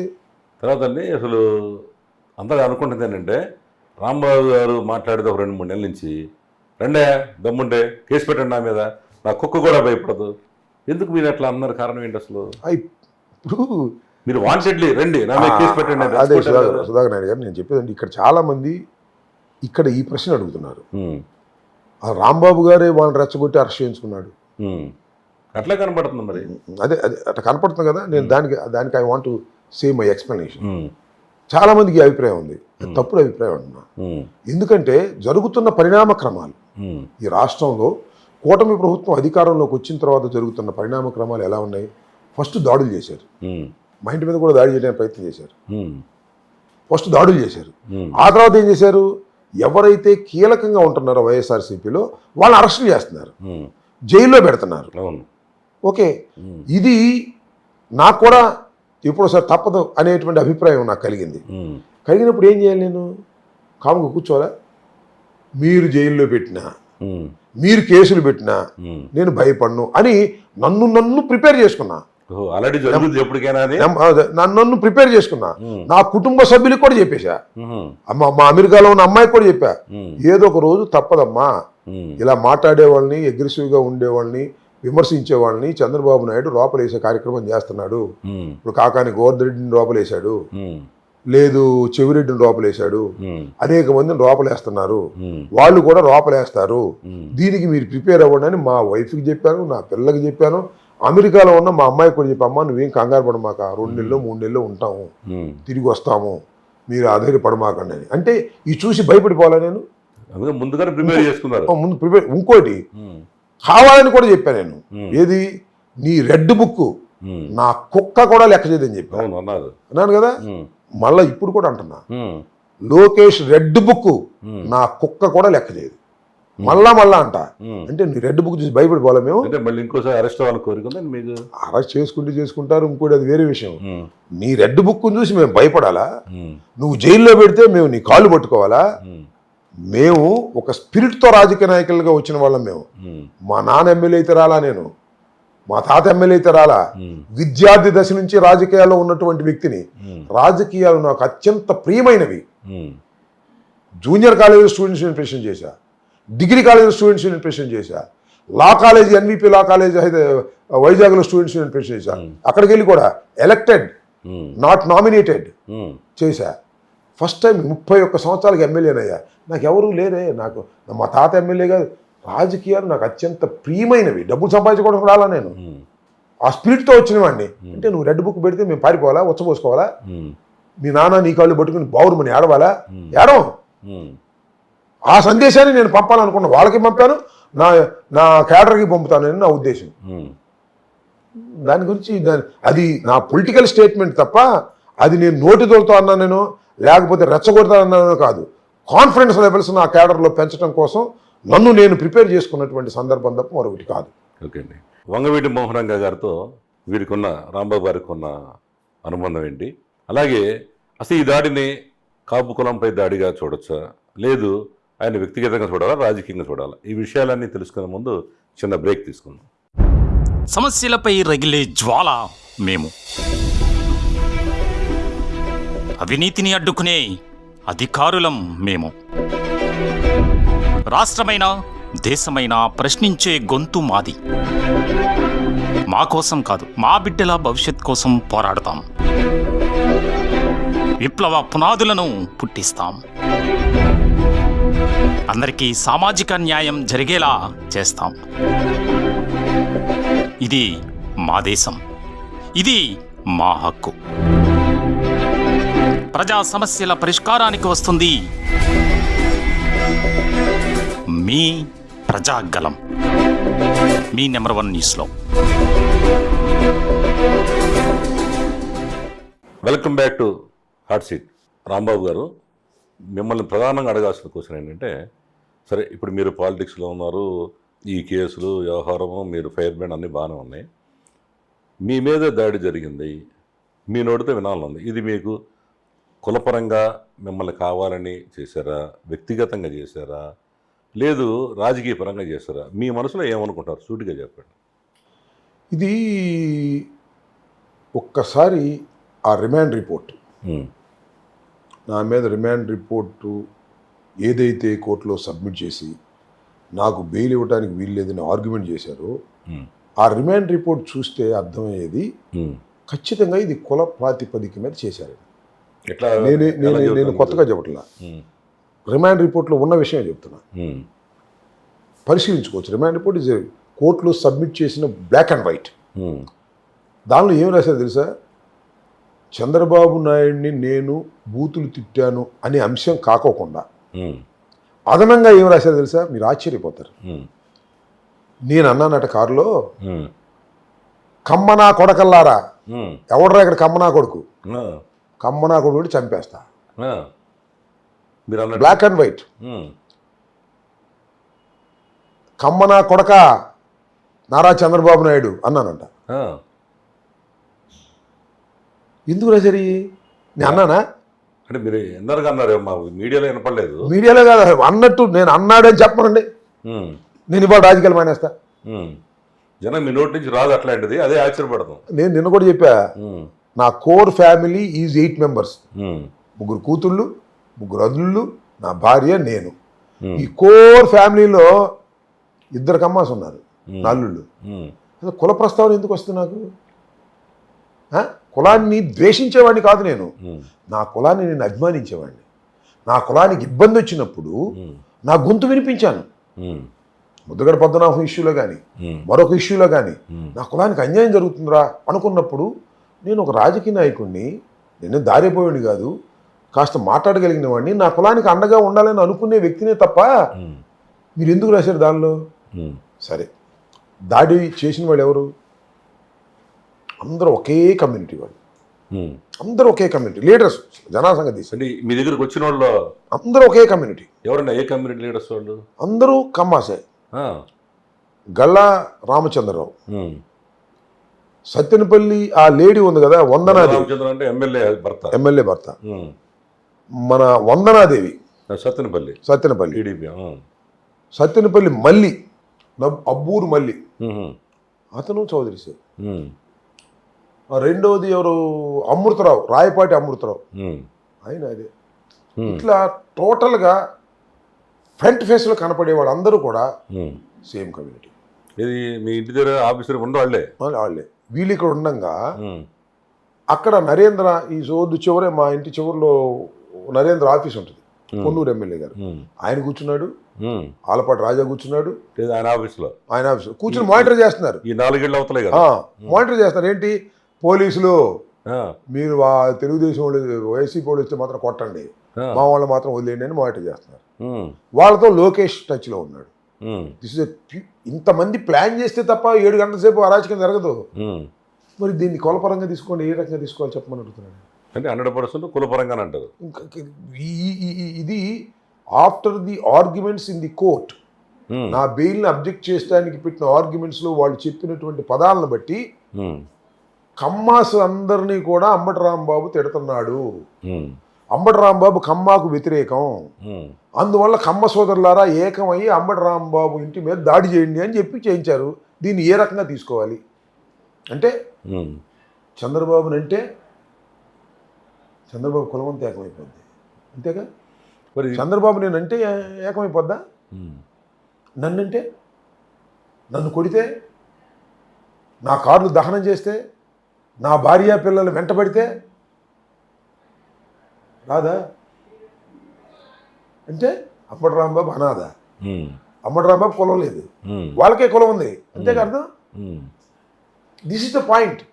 ఇప్పుడు ఒకటే రాంబాబు గారు, మీరు ఆ విషయం అంటున్నారు కదా, ఇప్పుడు చాలామంది స్వయంగా చంద్రబాబు గారే చెప్తున్నారు, వాళ్ళేంటి పవన్ కళ్యాణ్ వలన ఈ కాపు కులం ఓట్లతోనే నేను గెలిచాను అంటున్నాడు కదా, ఎందుకు ఆ సాహసం చేస్తారు? మీరు కాపు లీడర్ కదా, మీరు కూడా, మీరు కాపు ప్రతినిధి కదా. అంబటి రాంబాబు ఎవడు ఉన్నాడు? అంతా పవన్ కళ్యాణ్ అంటే ఉన్నారుగా. నిజం కూడా, నిజం కూడా అంబటి రాంబాబు ఎవడున్నాడు? కాపు కులం లేడనే కదా వాళ్ళ ఉద్దేశం. మరి లేకపోతే ఇంతమంది కాపు నాయకులు లాస్ట్ 100 వస్తున్నారు కదా. ఇప్పుడు సరేనండి, అంబటి రాంబాబు వెంట నేను ఇంకోటి కూడా చెబుతున్నా, మా అమ్మాయి కూడా చెప్పింది, పవన్ కళ్యాణ్ బలాన్ని చూసుకునే మా మీద దాడులు చేస్తున్నారు. అంటే అంబటి రాంబాబు అని ఒక కాపుని కొడితే మాత్రం పవన్ కళ్యాణ్ మనకు ఉన్నాడు అనేటువంటి భావనలో ఉన్నారనేది నా అభిప్రాయం. ఇప్పుడు మీరు జైల్లో ఉన్నప్పుడు కూడా మీకు తెలిసి ఉంటుంది, జరిగిన తర్వాత జనసేనలో ఉన్న ప్రముఖులు కూడా, ముఖ్యంగా చెప్పాలంటే అమ్మాయి ఫైర్ బ్రాండ్ రజనీ, మరి జనసేనలో ఉన్న వాళ్ళు, టీడీపీ వాళ్ళు, చాలామంది కాపురేటర్లు అందరూ మీకోసం వచ్చి పలకరించి వెళ్ళారు. ఈరోజు కూడా వస్తున్నారు కదా. మరి మీరు పంటరోడ్గా మీరు ఆఫ్టర్ ఎఫెక్ట్ అప్పుడు వాళ్ళు అనుకుని ఉండకపోవచ్చు, ఇది ఊహించుండ్రు వాళ్ళు, నువ్వు పోవచ్చు అనుకుంటా నేను. ఇప్పుడు రజనీ మాట్లాడింది కదా, ఆయమ్మ ఇంటి పేరు జనసేన, నాకు తెలిసి జనసేన రజనీ అనేవాళ్ళం. అవును, అవి బర్న్ అయింది, ఒక అన్యాయం జరుగుతుంది మనోడి మీద, మనం ఇప్పుడు మాట్లాడాలి అనేటువంటి భావన ఎమ్మెల్యే కలగడానికి కారణం నేనా? ఉమ్, మీరు ఇన్సిడెంట్. ఉమ్, పవన్ కళ్యాణ్ గారు ఏమన్నాడు? మీరు ఆశ్చర్యపోతారు. ఉమ్, అసభ్యంగా మాట్లాడటం వల్లనే ఉమ్, రాష్ట్రంలో దాడులు జరుగుతున్నాయి అన్నాడు. ఉమ్, అంటే ఏంటి? అంబటి రాంబాబు మీద దాడి జరిగిందంటే ఉమ్, వాడు అసభ్యంగా మాట్లాడాడు కాబట్టి అని అన్నాడు. ఉమ్. అంటే సమర్థించడమేగా. మరి మీకంటే ఎక్కువగా కొడాలి నాని కానీ ఎంతో దారుణంగా తిట్టేవాడు కదా, మరి ఎందుకని వాళ్ళ మీద ఇంత కూడా ఏగవాళ్ళ ఉంది? కారణం ఏమిటి? అదే ప్రజలు ఆలోచించాలంటున్నా. ఆ, అదే నా సోదరులు ఆలోచించాలి. వంశీ కూడా అంత దారుణంగా మాట్లాడి సాక్షాత్తు ఇప్పుడు లోకేష్ గారు వాళ్ళ అమ్మని, ముఖ్యమంత్రి గారి భార్యని భయంకరంగా తిడితే కేసు పెట్టారు, 4 రోజులు లోపల వేసారు, వచ్చాడు. ఈ దాడి ఎందుకు జరగలేదంటారు? వీటన్నిటికీ క్వశ్చన్ మార్క్. వాళ్ళే సమాధానం చెప్పాలి, ప్రజలు ఆలోచించాలి. ఉమ్. ప్రజలు ఆలోచించాలండి. ఇప్పుడు నాగేంద్ర బాబు గారు కూడా అన్నాడు, ఉమ్, సీఎం గారి తల్లిని తిడితే, సీఎం తిడితే ముద్దు పెట్టుకుంటారా అని. ఉమ్, తిడితే ముద్దు పెట్టుకోకపోయినా కేసు పెడతారు తప్ప దాడులు చేస్తారా? ఉమ్, ఫర్ ఎగ్జాంపుల్, నేను సీఎం గారిని, గౌరవనీయులైనటువంటి నారా చంద్రబాబు నాయుడు గారిని అనుగుణని మాటలని దూషించానండి. ఉమ్, కొట్టేస్తారా? చంపేస్తారా? సెక్షన్స్ ఉన్నాయి కదా. కేసు పెట్టారుగా మరి. ఉమ్, అంటే 2 శిక్షలా? కొడతారు, కేసు పెడతారా? ఏంటా రిజర్వేషన్ ముఖ్యమంత్రి గారికి? ఆయన దైవం సంభూతుడా? ఉమ్, మానవమాతుడు కాదా? లా అతని కోసం సపరేట్గా ఉందా లా ఏమన్నా? రాంబాబు గారు ఇల్లు మీద దాడి చేయొచ్చు, కేసు కూడా పెట్టొచ్చు, 18 రోజులు జైల్లో కూడా పెట్టొచ్చు అనే ప్రత్యేక చట్టాలు ఉన్నాయా? అదే ఇప్పుడు జనం అందరూ అనుకున్నది ఏంటంటే, రాంబాబు గారు అక్కడ అంతమంది వందలాది మంది వచ్చి కారు మీద దాడి చేస్తుంటే ఆ సంఘటనలో ఎవడున్నా ఇంకా భయంకరంగా బుద్ధి తిరగ లేచి దిగి కొడతాడు కూడా, చచ్చిపోయానని. మీరు 1-2 మాటలు తూలి మళ్ళీ వచ్చి ఇక్కడ ప్రెస్ మీట్ పెట్టారు. ఇదే కొడాలనా అని ఇదే వంశీ పని కట్టుకొని మీడియా సమావేశాలు పెట్టి అనేక సార్లు, ఒకసారి కాదండి, వాళ్ళ ఫాదర్ పేరు ఎవరు తెలియదు, నాని ఖర్జూర నాయుడు అనేవాడు, ఎవరు లవంగ నాయుడు అనేవాడు. మేము అనుకున్నాము రాగానే ఫస్ట్ నాని వేసేస్తారు అనుకున్నాం. మరి ఇవాళ ఆయన సేఫ్గా ఉన్నాడు అంటే కులమేనంటారు, ఇది కారణం? I don't know. అది అంటే మీ పార్టీ కదా, అందుకని అడుగుతున్నాం. నాని మీ పార్టీ కదా. నానిని లోపల వేగిపోవడం నేను అది మంచి పరిణామంగానే భావిస్తాను. కానీ సరే, ఇప్పుడు ఆయన ఎందుకు వేయలేదు ఏమిటి అనేది అరే ఆ కుల బతికిపోయాడు ఆయన. ఇప్పుడు మీ తర్వాత ఈ రజనీ కానీ కొంత కాపు నాయకులు అందరూ స్పందించేసరికి ఇంకో ఆయనకి ఇబ్బంది వచ్చింది. ఎవరికి? జోగి రమేష్కి. అతని మీద దాడి. మీ తర్వాత ఆయన మీద దాడి జరిగింది. అవును. కాపులందరూ కూడా రివర్స్ అయిపోతున్నారేమో. అందుకని కాపుల మీద జరిగిన దాడి కాదు, ఇది వైసీపీ వాళ్ళ మీద జరిగిన దాడి అని చూపించే ప్రయత్నం జరిగింది. రైట్. ఇమ్మీడియట్ 3 రోజునే చంద్రబాబు కాదు ఇదే అన్నట్టుగా అది ఎవరు గమనించలా. అవును, నాకు అర్థమైంది. కాపులు ఎవరైతే అందరూ వస్తున్నారో దాన్ని సీక్వెన్స్ గా అది కూడా చేయడం జరిగింది. చాలా మంది అనుకుంటున్నారు. సరే సార్, ఒకటి మిమ్మల్ని అడగాల్సిందంటే, వంగవీటి మోహన్ రంగా గారి గురించి మీకు కొన్ని విషయాలు అడగదలుచుకున్నాను. మీరు ఇప్పుడు రేపల్లన్నా నేను అక్కడే పుట్టాను, మీ తర్వాత జూనియర్గానే ఉన్నాను కాలేజీలో, రంగా గారి యాక్టివేషన్లో మీరు చురుగ్గా పాల్గొన్నారు. అప్పుడే మీరు బాగా అంబటి రాంబాబు ఎవరు అంటే రంగా గారి యాక్టివేషన్లో మా నాయకుడిని చంపేస్తారని మీరు వచ్చి చాలా అంతా హడావుడి చేశారు. ఆ తర్వాత మీరు రాజకీయాల్లోకి వచ్చి 49లో ఇమీడియట్గా ఆ ఎఫెక్ట్తో ఎమ్మెల్యే అయిపోయారు కదా. వంగవీటి మోహన్ రంగా గారితో మీకు అనుభవం ఉందా అసలు? వంగవీటి మోహన్ రంగారావు గారిని 2 సార్లు నేను కలిశాను. ఆయనకి ఎందుకనో న్యాయవాదులు అంటే చాలా అభిమానం. నేను అంబటి రాంబాబు సార్, నేను రేపల్లే, నేను అడ్వకేట్ అనగానే నాకు ఎమ్మెల్యే కోర్ట్స్లో ఎమ్మటే లోపలికి రమ్మన్నాడు. కాసేపు కూర్చుని ముందు కలిసి వెళ్ళడానికి వచ్చాం సార్, నా పేరు అంబటి రాంబాబు సార్ అంటే పరిచయం చేసుకోండి. వాళ్ళు అప్పుడు ఆమె ఆఫ్టర్ ఆల్ ఒక చిన్న అడ్వకేట్ని. రంగా గారి పరిచయం కోసం తాపత్రయపడే రోజులు అవి. అది అయిపోయిన తర్వాత ఎక్కడైతే ఇవాళ కూర్చున్నాడో దానికన్నా కొన్ని ముందు రోజులు నేను సుధీర్ కుమార్ యువ రైతు అధ్యక్షుడిగా ఉన్నాడు. ఆయన వెస్ట్ గోదావరి జిల్లా వచ్చాడు. వస్తే అక్కడ ఆయన కలిసి వస్తూ ఉండగా ఇంతకన్నా ముందు భాగంలో ఈయన కార్లన్నీ చెక్ చేశారు పోలీసులు, ఆయుధాలు లేవని. ఈయన అక్కడ రోడ్డు మీద కూర్చున్నాడు. దీక్ష కన్నా ముందు 2-3 రోజులు ముందు, ఎందుకు గుర్తులేదు. ఆడు కూర్చున్నారు. రంగా గారు వచ్చాడు, రంగా రోడ్డు మీద ఉంచున్నాడు అనగానే మేమందరం ఎగబడితే వచ్చాం, జీపులు వేసుకెళ్ళాం. అప్పుడు రత్నకుమారి రంగా అక్కడి నుంచి కాదు, మనం ఇంటి దగ్గర కూర్చున్నామని బయలుదేరి వస్తున్నారు. వాళ్ళతో కలుస్తూ వస్తే ఎవరు వెళ్ళని ఇట్లా నెట్టేస్తున్నారు మమ్మల్ని. నెట్టేస్తుంటే అక్కడ సెక్యూరిటీ వాళ్ళు ఉంటారు కదా, ఆయన పర్సనల్ సెక్యూరిటీ ఉండేది. సార్ నేను అంబటి రాంబాబు అని చెప్పండి సార్, అడ్వకేట్ అండి అని చెప్పి బతిలో అడితే వాళ్ళు పంపించారు. వెళ్ళి సెకండ్ నుంచి సార్ నమస్తే సార్, నేను అంబటి రాంబాబు సార్ రేపల్లి సార్ అని పరిచయం 4 అడుగులు వేసాం. మళ్ళీ మన సెక్యూరిటీ వాళ్ళు పక్క పంపిస్తారు. ఉమ్, ఇంతే పరిచయం మాకు. ఉమ్, రంగా మరణం తర్వాత ఉమ్, ఖచ్చితంగా రంగా గారు మరణించిన రోజుని నేను బయలుదేరి రేపటి నుంచి 4ంటికి లేచి కారు వేసుకుని నేను కొంతమంది మిత్రులు బయలుదేరి విజయవాడ వస్తున్నాం. ఉమ్, ఎందుకు వస్తున్నాం? ఉమ్, అదే రోజున సుధీర్ కుమార్ ఇక్కడ టెంట్కి వస్తున్నాడు. ఉహుం. ఏదో చనిపోయిన రోజునే. చనిపోయిన రోజు టెంట్కి వస్తున్నాడు. ఉదయం అక్కడ రావాలి. ఉమ్, సుధీర్ వస్తున్నాడని మేము వచ్చాం. ఉమ్, మేము వచ్చేటప్పటికి కనకదుర్గమ్మ వారిది కాదు, కనకదుర్గమ్మ కొత్తగా కట్టారు అప్పుడే వారిది, అవును. ఒకే వారిది ఉండేది. అవును. అది ఇంకా అక్కడ రాగానే పొగలు కనపడుతున్నాయి పెద్ద పెద్దగా. ఉమ్, ఎందులో పొగలు కనపడుతున్నాయి అని ఆ పక్కన ఏదో రాత్రి రంగా గారిని చంపేశారన్నారండి, అటాక్ చేశారన్నారండి అన్నారు ఎవరో ఉమ్, పాలు అమ్ముకునే వాళ్ళు. నేను అప్పుడు ఏమంటాను, అటాక్ చేశారు అంటే ఇక అయిపోయినట్టేనయ్యా, అటాక్ చేస్తే వదిలిపెట్టరు అని నడుచుకుంటా వెళ్ళాం కారు ఇక్కడ పెట్టి. ఉమ్, వెళ్ళేటప్పటికి అప్పటికే ఆ government hospital post mortem complete చేసి డెడ్ బాడీ అట్లా ఉంది. అది చూసుకుని మనం తిరిగి వచ్చేటప్పటికి బీభత్సం, ఉమ్, మొత్తం తౌలడిపోతున్నాయి పెట్రోల్ బంకులు బంకులు అంతా. అక్కడి నుంచి నానా తంటాలు పడుతూ రేపలు చేరాను. ఉమ్. ఆ తర్వాత నా మీద 11 కేసులు పెట్టారు. 11 కేసులు ఉన్నాయి. 11 కేసులు అన్ని రేపల్లోనా? అన్ని రేపలు రంగా అది మీద. అక్కడేం జరిగింది, ఈ ఇన్సిడెంట్ జరిగిన మరుసటి రోజు ఇద్దరు చంపేశారు.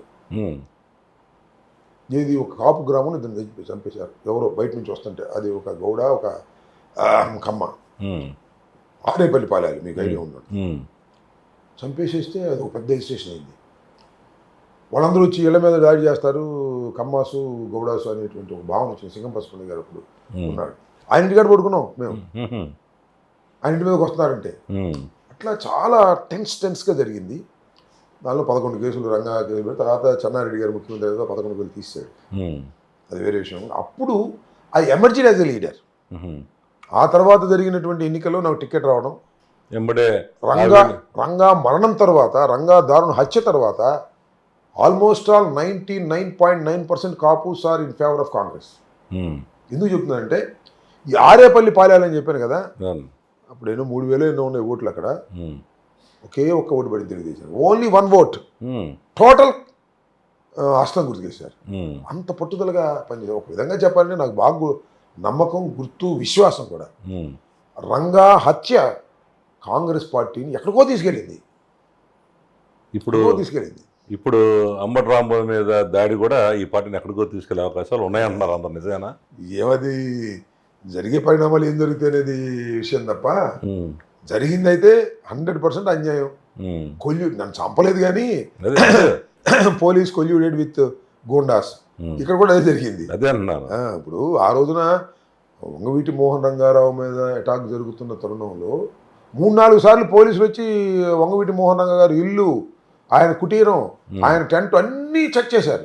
ఉమ్, ఆయన దగ్గర ఏమన్నా కత్తులు కటార్లు పెట్టుకుని ఆయనకున్న ఫాలోవర్స్ ఉన్నారేమో, వాళ్ళు వచ్చి అటాక్ చేస్తున్నారు కదా, ఉమ్. అటాక్ చేసినప్పుడు రియాక్ట్ అవుతారేమో అని మొత్తం పకడ్బందీగా చేసి ఇవాళ వేసి రమ్మన్నారు, వచ్చేసారు, చంపేశారు. ఆ రోజుల్లో ఈ సెల్ ఫోన్ లేవు, మీడియా లేదు కాబట్టి తెలియలేదు. ఇవాళ అంబటి రాంబాబు మీద దాడిని విత్ ఇన్ సెకండ్స్ లో 7 గంటలు చూపించారు కదండి, 7 గంటలు లైవ్ లో చూపించారు కదా ఏదో ఒక టీవీ. అవును, నా ఇంటి ముందు జరుగుతున్న కూడా అన్ని చూడలేదు. సరే, ఇప్పుడు మిమ్మల్ని ప్రధాన క్వశ్చన్ అడగచ్చా? హాట్ సీట్ కార్యక్రమం. ఇప్పుడు మీరేమో కాపుల మీద దాడిగా భావిస్తున్నారు. రంగా గారికి మీకున్న అనుబంధం, ఆ రోజు మేము పెట్టిన కేసులు ఇవన్నీ ఒక ఎత్తు. ముద్రగడ ఉద్యమంలో కూడా మాతో పాటు మీరు యాక్టివ్గా ఉన్నారు. కాదు మీ మీద కేసులు పెట్టలేదు అనుకోండి, అయితే మా మీద రైల్వే కేసు కాదు, నీ రైల్వే కేసు ఉంది, నా మీద కూడా ముద్రగడ పద్మనాభానికి సంబంధించిన కేసులు ఉన్నాయి. ఉన్నాయా? తర్వాత తీసేశారు. మొన్న చెక్ చేస్తుంటే ఆ కేసులు కనపడ్డాయి. నేను ఆ రోజున మీరు వచ్చారు, ఆ రోజున జగన్ అదే మన ముద్రగడ పద్మనాభం గారు అందరూ నాయముటి వస్తారా, మీరు నాయముటి వస్తారా, పదండి వెళ్దాం అని చెప్పి రైల్వే అక్కడ నుంచి మేము వెళ్ళాలి, ఆయన ఎక్కడికి వెళ్తాను అర్థంగా వెనక్కి వచ్చాం. ఆ మీటింగ్ మేము కూడా వచ్చాం కదా, నేను, బొత్స సత్యనారాయణ గారు, కుమారెడ్డి వెంకటేశ్వర గారు, కన్నా లక్ష్మీనారాయణ గారు, హనుమంతరావు గారు, అందరూ వచ్చాం కదా. అవునవును. అయితే మీరు ఒక పక్క మీ వర్షన్ చూస్తే ఇలా ఉంది. మీ మీద ప్రధాన ఆరోపణ ఏంటంటే, ఇప్పుడు సోషల్ మీడియా ట్రోల్ అవుతుంది. అంబటి రాంబాబు కాపుల ప్రతినిధి మొన్న వచ్చి జగన్మోహన్ రెడ్డి గారు మీ ఇంటికి వచ్చి అంబటి రాంబాబు గారు కాపు టైగర్ అన్నాడు. ఏకంగా టైగర్ అంటారా ఆయన్ని? కాపు టైగర్ ఎట్లా అవుతాడు? నాకు కూడా అదే డౌట్. ఇప్పుడు ఆ రోజు కాపులు మీరు ఒక ఇదే ఇంటర్వ్యూలో మీరు కాపుల గురించి బ్యాడ్గా మాట్లాడడం జరిగింది. ఎందుకు మాట్లాడారో మాకు తెలియదు. అసలు ఎందుకు మాట్లాడారు మీరు ఆ రోజు? నా కాపుల కుర్రోళ్ళు తాగుతారు, గొడవలకి వెళ్తారు అన్నారు. ఎందుకు అన్నారు అసలు? మీ ఉద్దేశం ఏంటి తెలుసుకోవాలి. నేను అది ఎలా తరం తీసుకుంది ఏమిటి నా ఉద్దేశం కాదు. ఈ రాష్ట్రంలో రెడ్లు ముఖ్యమంత్రి అయ్యారు. ఉమ్, మీలాగా యాంకర్ అడిగిన ప్రశ్న. ఉమ్, కమ్మవారు ముఖ్యమంత్రి అయ్యారు. ఉమ్, రెడ్లు కన్నా కమ్మవారి కన్నా కూడా నంబర్ ఉమ్, కాపులు ఎక్కువ కదా, మీరు ఎందుకు కాలేకపోతారని అడిగారు. ఉమ్, దాని క్రమంలో నేను ఏం చెప్పానంటే మా వాళ్ళకి యూనిటీ తక్కువ అని చెప్పాను, ఉమ్. పేదరికం ఎక్కువ అని చెప్పాను. ఈ రెండు బాగానే ఉన్నాయి. ఆ తర్వాత 2-3 మాటలు మాట్లాడాను, మళ్ళీ రిపీట్ చేస్తే మళ్ళీ మీరే ట్రోల్ చేస్తారు. ఆ, మాట్లాడాను. ఆ, వారం రోజులుగా బాగానే ఉంది. ఉమ్, ఈ క్లిప్పింగ్ పట్టుకుని మొత్తం ట్రెండ్ చేశారు. ఉమ్, అమ్మడరామ పెట్టి అంటాడా అని. ఈ కాపుల్లో కొంతమంది యువకులు నా బొమ్మలు తగలేయటం, ఉమ్, డౌన్ డౌన్ రాంబాబు అంటాం, ఉమ్, రాంబాబు కాపు వ్యతిరేక అంటాం. ఉమ్, ఒక 10 రోజులు అయిన తర్వాత నాకే ఇదయ్యి ఉమ్, నేను మళ్ళా ఐ హావ్ గివెన్ రిప్లై. ఉమ్, నేను ఈ క్రమంలో అన్నాను, ఉమ్, ఈ మాటలు వాడి ఉండవలసింది కాదనేది నాకు అర్థమైంది. ఉమ్, నన్ను అపార్థం చేసుకోవద్దు, క్షమించండి కాపు సోదరుని పెట్టేసి. ఉమ్. అంటే అందరితో మర్చిపోవాలంటారు ఇక మీరు అన్న మాటనే. అంటే వాట్ ఈస్ మై ఇంటెన్షన్? నేను కాపు వ్యతిరేకనా? ఉమ్. కాదే. మీ వల్ల కాపు కాపుల వ్యతిరేక మనోభావాలు దెబ్బతిన్నాయని అందరూ అంటున్నారు రాంబాబు గారు. దెబ్బతిన్నాయి కాబట్టి క్షమాపణ చెప్పాను. ఒకటి ఉమ్, అంటే అనుకోవచ్చు మీరు, అమ్మడు రాంబాబు అంటాడు క్షమాపణ చెబుతాడు కాదు. ఉమ్. తప్పని భావించినప్పుడు క్షమాపణ చెప్పేటటువంటి గుణం అమ్మడు రాంబాబు ఉందని మాత్రం గుర్తించండి. ఏమో మీది ఒక పొలిటికల్ స్ట్రాటజీ ఏమో అనుకోవచ్చు. స్ట్రాటజీ ఏముంటుంది సార్? నా కులాన్ని నేను తిట్టుకుంటానా? ఏం నాకు అర్థం కాలేదు. ఉమ్, నేను నాకు బలం నా కులమేగా ఒక విధంగా చెప్పాలంటే. ఉమ్, నిన్న కూడా చెప్పాను, మీరు మళ్ళా చెప్తున్నా. ఉమ్, అయ్యా పవన్ కళ్యాణ్ గారు, నీ బలం నీ కులం.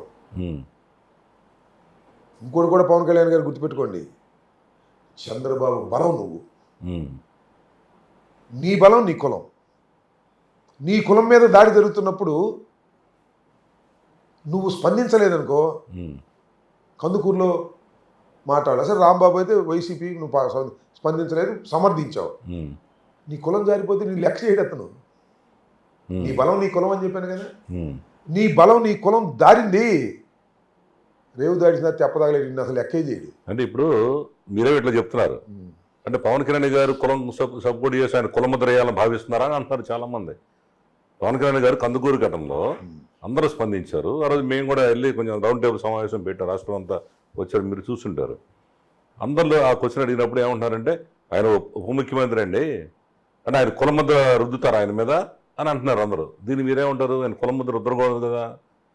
అంటే కులముద్ర రుద్దుకోకుండా జాగ్రత్తగా మాట్లాడేటటువంటి మాటలు లేవంటారా? కందుకూరులో జరిగింది అన్యాయమా న్యాయమా? అంటే నీ కులమోడికి అన్యాయం జరిగితే కులముద్ర పడిద్దేమోనని చెప్పేసి నువ్వు అన్యాయాన్ని కూడా అన్యాయం అనకపోతే నీకు ఎందుకు మిగలాలి? ఇప్పుడు అంబటి రాంబాబు నీ పార్టీ కాదు, అంబటి రాంబాబు నీ కులం, నీ కులం వ్యక్తి మీద దాడి జరిగింది. అంబటి రాంబాబు మంచోడని చెప్పమాక. అంబటి రాంబాబు అనే వ్యక్తి, నేను చెప్తున్నా ఒక లైన్, ఇది చెప్తే ఎంత బాగుండేది చెప్పండి. అదే లైన్ అంటే, అంబటి రాంబాబు అనే సీనియర్ వ్యక్తి చంద్రబాబు నాయుడిని ఆ విధంగా దూషించి ఉండవలసింది కాదు. అతను దూషించడం తప్పు. తప్పు చేసినా దాడి చేయటం అంత మంచిది కాదు, దాడి జరగకూడదు. చట్ట ప్రకారం చేసి ఉండవలసింది. అంటే ఎక్కడికి వెళ్ళిపోయాడు పవన్ కళ్యాణ్? ఎందుకు చెప్పండి అంటే ఆ మాత్రం తెలియదు అంటారా? అంత పెద్ద పోస్ట్ ఉన్నాడు ఆయన రాజకీయ. ఏం అనుకోనంటే చెప్తా, చెప్పండి. తెలియదు, ఆయన తెలియదు. మరి పక్కన చెప్పాలి కదా చంద్రబాబు గారు. వినాలిగా. నేను అనుకుంటున్నా, that is my personal opinion. అంటే రామగారు అదే కాదండి, 7 గంటల సేపు ఒక మాజీ మంత్రి ఇంటి మీద 2 సార్లు ఎమ్మెల్యేగా చేసిన వ్యక్తి మీద కాపు కులం మర్చిపో, నేను ఆయన ఒక కులం మర్చిపో, జరిగితే ఇది తప్పు అని ఎందుకు ఖండించలేకపోయావు అనేది ప్రశ్న.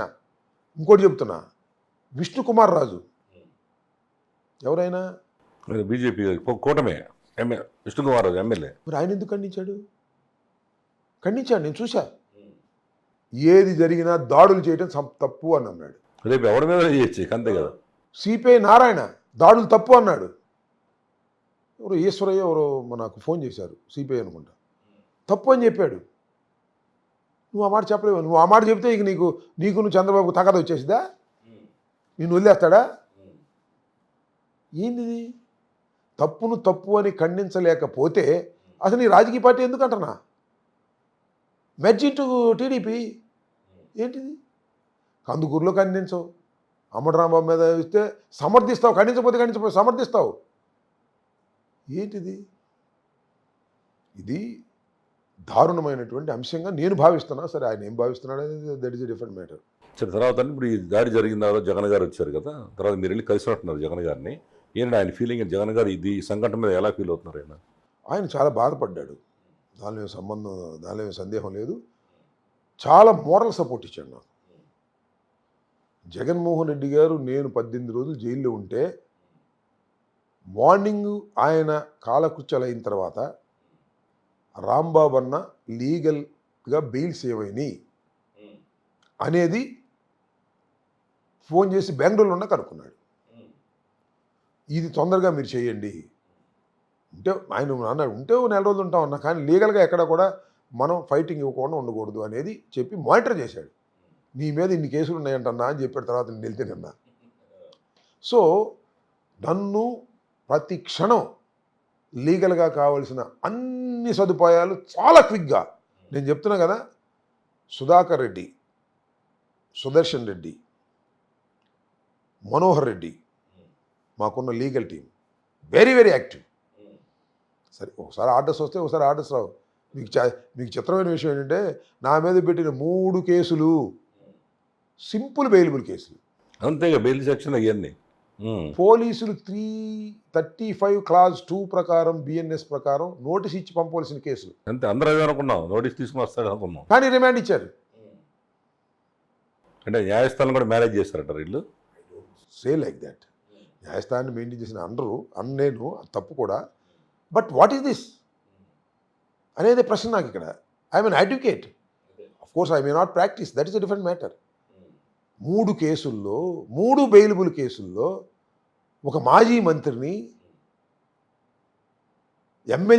మాజీ ఎమ్మెల్యేని ఇదే కులాల మధ్యన తగాదా పెడుతున్నాడు, కమ్మనా కొడకలా అన్నాడు అని వాళ్ళే చెప్పింది. రాశారు రిమాండ్ రిపోర్ట్లో కావాలని రాశారంటారు. అంటే వాళ్ళేగా కులాన్ని లేక రెచ్చగొడుతుంది. ఇందాక చెప్పినట్టుగా చంద్రబాబుని అంటే ఆయన కులాన్ని అన్నట్టు, అంబటరాంబాబుని అంటే అనాథని అన్నట్టు.